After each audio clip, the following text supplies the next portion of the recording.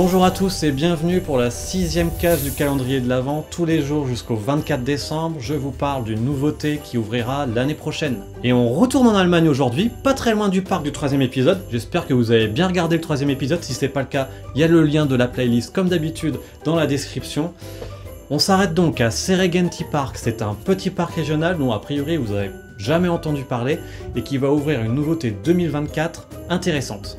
Le coaster du jour, il s'appelle Gozimba et c'est un prototype surprenant, vous allez voir, déjà le 3e prototype depuis qu'on a commencé la série du calendrier. Ce prototype, il est construit par RES.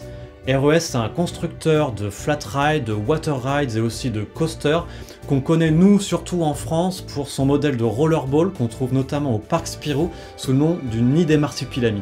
Mais aujourd'hui, je vais vous parler du modèle Airloop, qui sera donc une première mondiale, comme je le disais, à Serengeti Park l'année prochaine. Alors le modèle Airloop, à quoi ça ressemble? Grosso modo, on a repris le concept des Skyfly de Gerstlauer. Notamment, vous avez un exemplaire à Nigloland sous le nom de Air Meeting. Ce sont des petits avions qui tournent autour d'un axe et sur lesquels, en manœuvrant les ailes, on peut faire des vrilles autour de soi-même. RES a repris ce concept, mais cette fois-ci, ces avions sont attachés à un véhicule qui va se déplacer le long d'un layout de coaster, tout simplement. Alors Gozimba sera un e-powered, c'est-à-dire que le train se déplacera grâce à des moteurs électriques, mais selon RES, on pourrait aussi voir débarquer des modèles avec un lift à chaîne ou des roues de friction. Le layout pourra aussi être personnalisé selon les besoins du parc. Dans le cas de Gozimba, on semble avoir un petit modèle, donc en forme de 8 globalement, à une hauteur de 25 mètres et pour une vitesse max d'environ 40 km/h.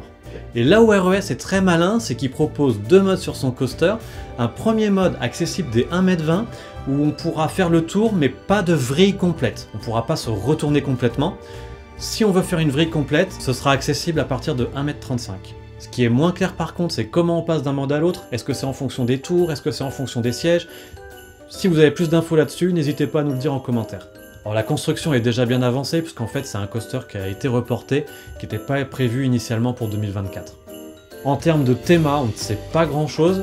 La seule info pour l'instant qu'on a de notre côté, c'est qu'il y en aura un animatronique de Gozimba de plus de 4 mètres de haut. Du coup, on a souhaité vous en parler parce qu'on a trouvé que c'était un prototype assez surprenant et assez original. Et comme c'est un parc qui se situe juste à proximité d'Heide Park, si vous êtes de passage là-bas, ça vaut peut-être le coup d'aller le tester. C'est tout pour moi, je vous donne rendez-vous demain pour une nouvelle case du calendrier. À demain!